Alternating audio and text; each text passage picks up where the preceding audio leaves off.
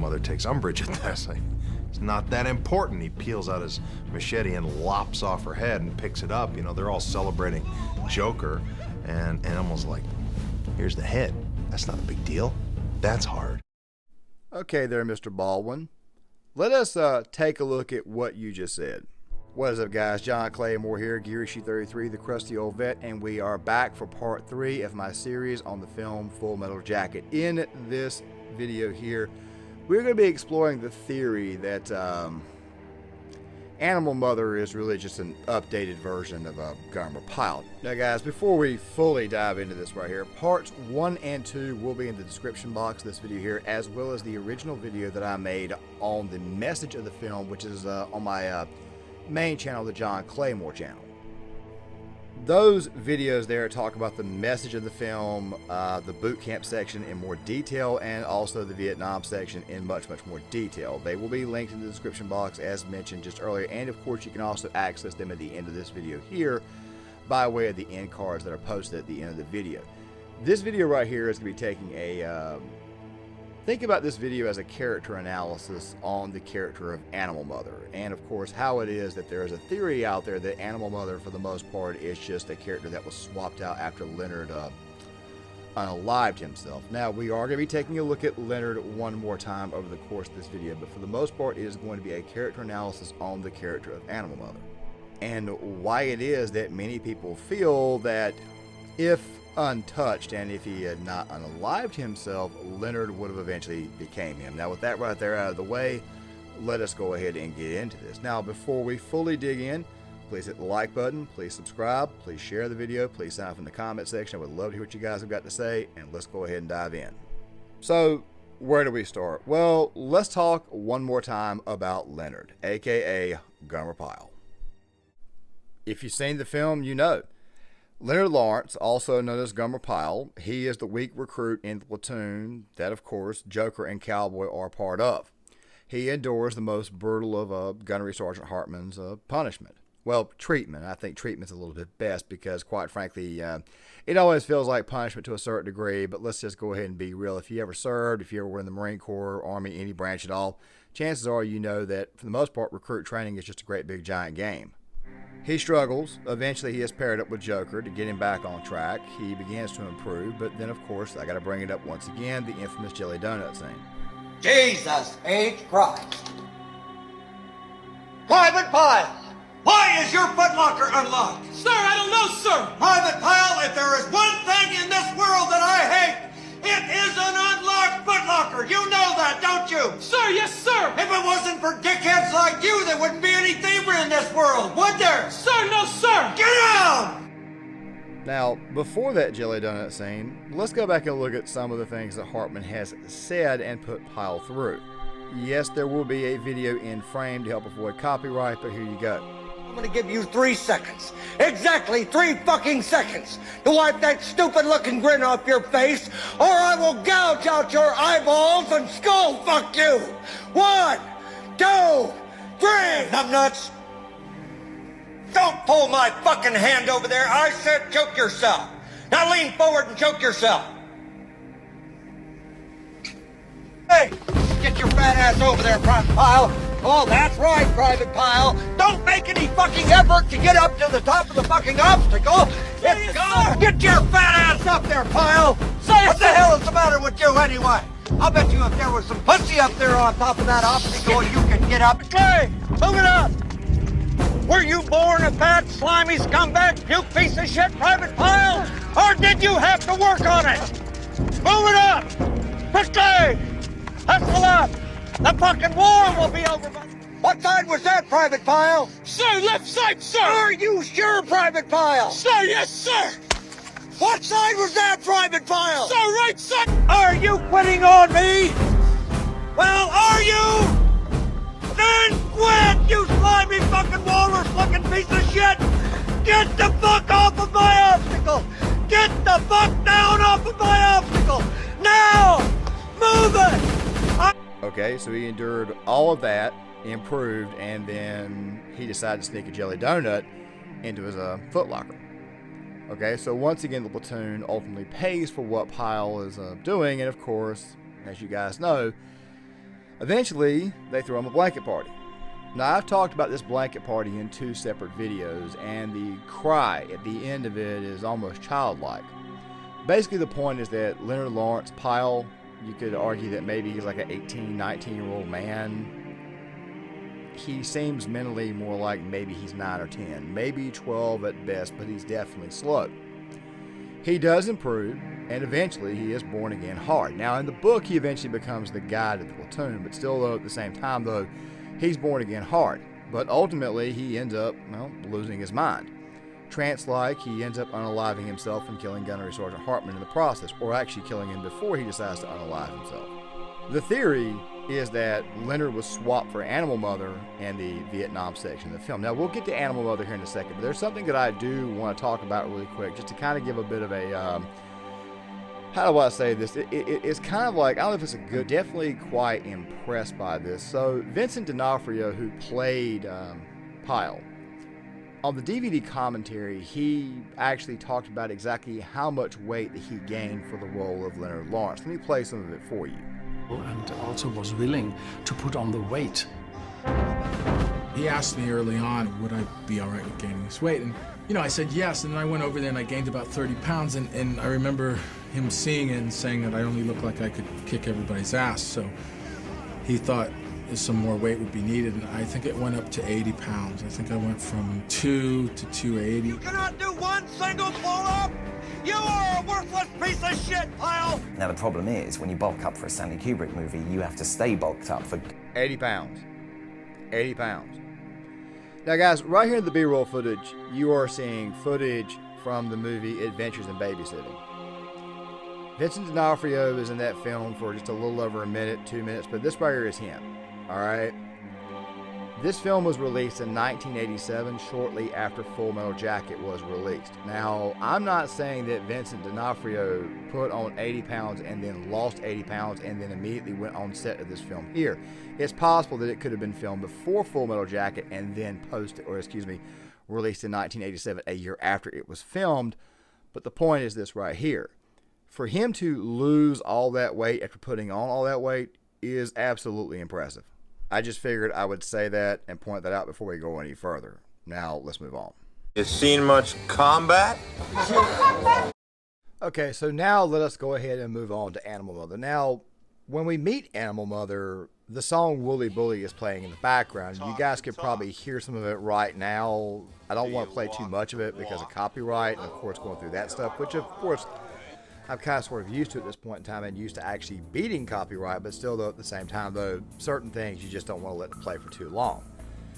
Right off the bat, people try to go ahead and make out like the two are the same. So let's take a look at this. So Adam Baldwin and Vincent D'Onofrio both, if you actually check out their height, they're 6'4". All right. Animal Mother is obviously slender. Leonard, as you guys know, is obviously fat, as we discussed earlier. And of course, if Leonard was to lose the weight, he would actually be built somewhat like Animal Mother, hence the video that I was showing you guys earlier from Adventures in Babysitting and the B-roll footage. People love to look at the look on Animal Mother's face. It's kind of slow, and obviously the way he talks. You would think that it does not sound that different from Leonard, but the thing is this right here, and I love to go back to the scene where Leonard is being, let's just say, touched up a little bit by Joker. Let me just play some of it for you so that way you guys can kind of see the type of voice that Leonard has, especially when all eyes seem to be on him.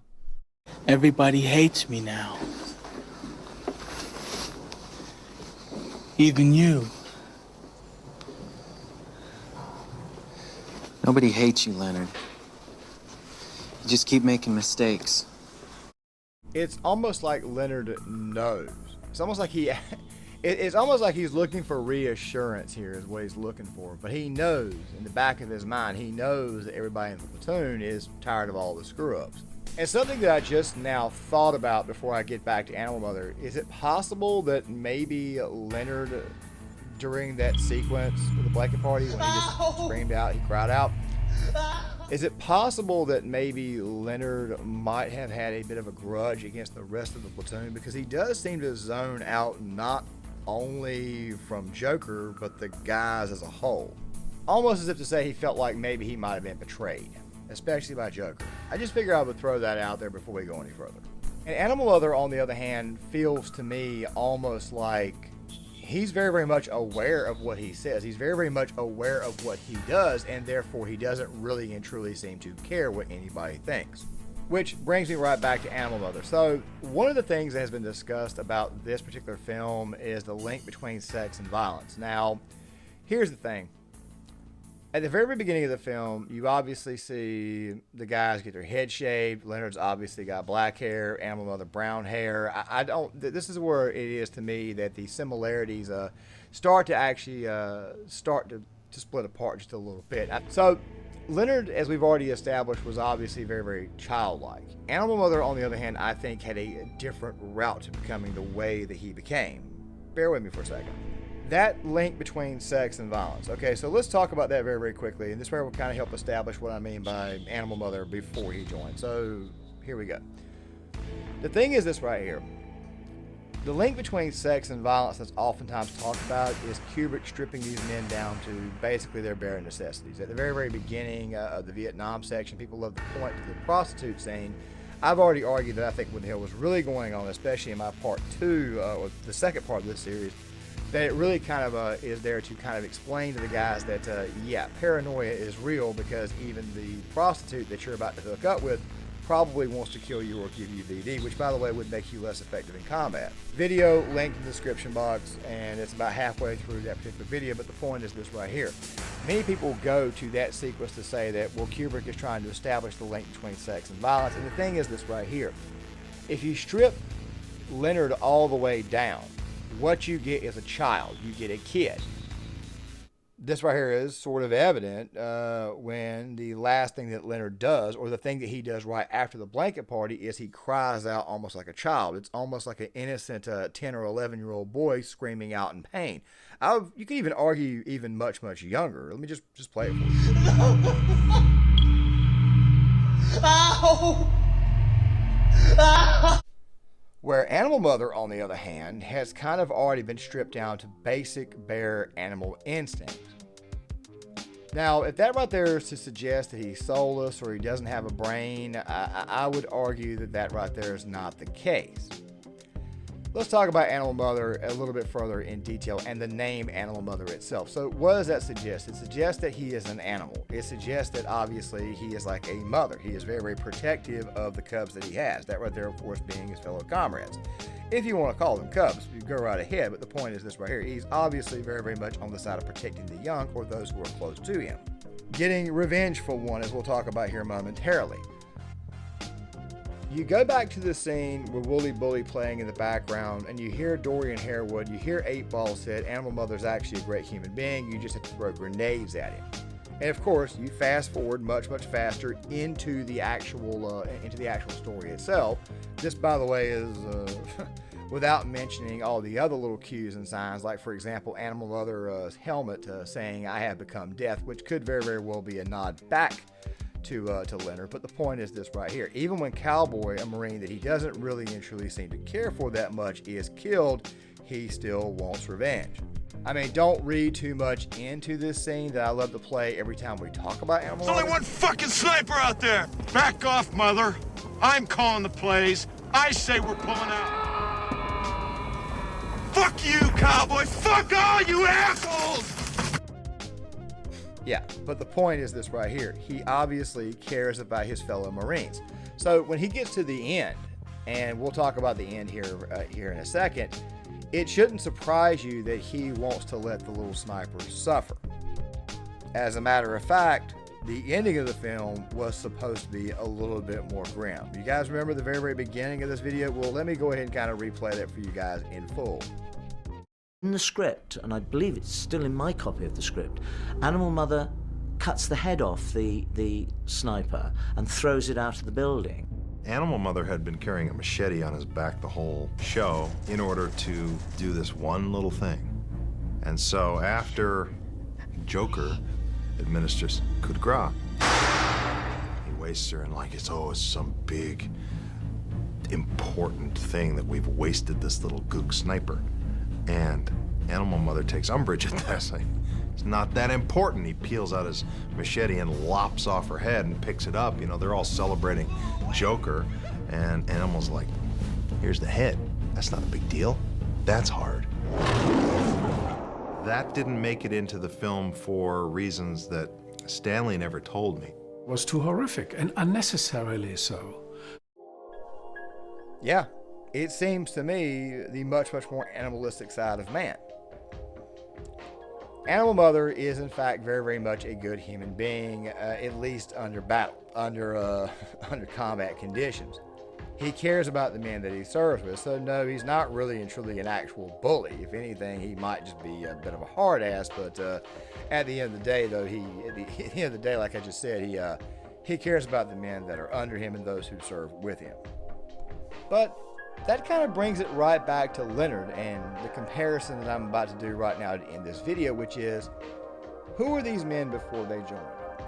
Well, the thing about Leonard, and I've talked about him being childlike, that, you know, it's possible that maybe, just maybe, what Leonard really is he might be a precursor to somebody who may have had autism at the time. Not trying to make fun of anybody who has autism or is on the spectrum. I mean, my God, I think I have something that puts me on the spectrum. Not trying to make fun of anybody or anything, but what I'm trying to say is this right here.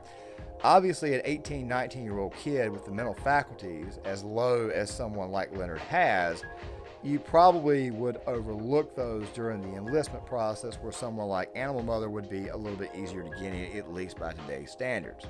Leonard was probably not right before he joined. That's the point that I'm trying to make. Where it is that Animal Mother, on the other hand, I think had a different route. And I think that there was actually a clue given to you if you guys just look a little bit deeper into Adam Baldwin's acting accolades. Adam Baldwin, of course, being the hero of #Gamergate, but still the point is this right here. There was a movie that came out back in 1980 called My Bodyguard. I'm playing some of it for you guys right here in the B-roll footage that you guys can see. And I can't help but think to myself that that character there that he played in that film reminds me a lot of what someone like Animal Mother probably was before he joined. To himself, probably made fun of, never physically bullied, but then again, though, you never know. Maybe a big giant, big softy, kind of quiet. And then he joins the Marines, and he has a lot of pent-up aggression. He even sounds to me like a very aggressive person in his language. Language that, of course, I cannot play for you guys here because, like in the first video that I did on this film, it could get restricted or the ads limited because of certain words that were kicked around. Words that, by the way, I even bleeped out. But if you've seen the movie, then you know he's actually quite racist, which of course is probably more ethnic humor than him actually being racist, but still at the same time, though, YouTube will say this is a violation of terms of services, which of course makes making these videos much harder. But the point is this right here. He's probably a guy that did not come out of his shell or his proverbial shell until he joined the Marines. So when he saw combat, obviously his animalistics kicked in, and this right here is who Animal Mother is, hence the name Animal Mother. Unlike Leonard, of course, who probably could have been a harm to other men in his unit. But still, though, I can't help but continue to think about that moment where Joker is fixing his blouse.